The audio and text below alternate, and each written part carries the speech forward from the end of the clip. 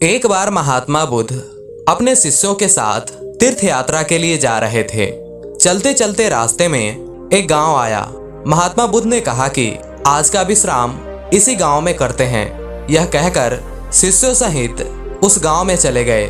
गांव के लोगों ने जब महात्मा बुद्ध को देखा तो बड़े प्रसन्न हुए और महात्मा बुद्ध के लिए बहुत अच्छा आसन लगाया। सभी अपने घरों से अच्छा अच्छा पकवान बनाकर लाए। रात होने पर सभी बच्चे, बड़े, स्त्रियां महात्मा बुद्ध के पैर दबाने लगे और आराम से बैठकर ज्ञान की बातें सुनने लगे। जब सुबह हुई तो महात्मा बुद्ध ने गांव वालों से कहा, अच्छा अब हम चलते हैं, आप सभी हमें जाने की अनुमति दे। गांव वालों ने कहा कि महाराज एक दिन और तो रुक जाइए। लेकिन बुद्ध ने कहा, नहीं बच्चों, अब हम जाते हैं, कभी फिर आएंगे। यह कहकर महात्मा बुद्ध चलने लगे और चलते हुए महात्मा बुद्ध ने गांव वालों को वरदान दिया और कहा, सबके सब बिखर जाओ। यह वरदान देकर महात्मा बुद्ध चले जाते हैं। चलते चलते शाम हुई तो महात्मा बुद्ध एक दूसरे गांव में पहुंचे।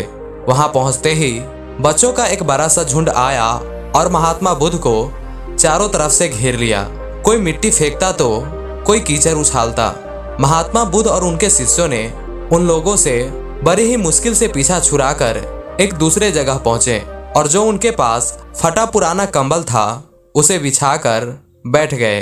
काफी देर बाद गांव के कुछ बड़े व बूढ़े आए। वे सब भी महात्माओं को देखकर हंसने लगे और मजाक उड़ाने लगे।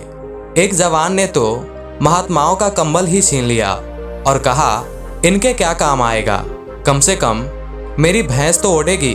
वे महात्माओं का अपमान करते हुए चले गए। महात्माओं ने भूखे प्यासे रहते हुए बड़ी ही मुश्किल से रातें बिताई।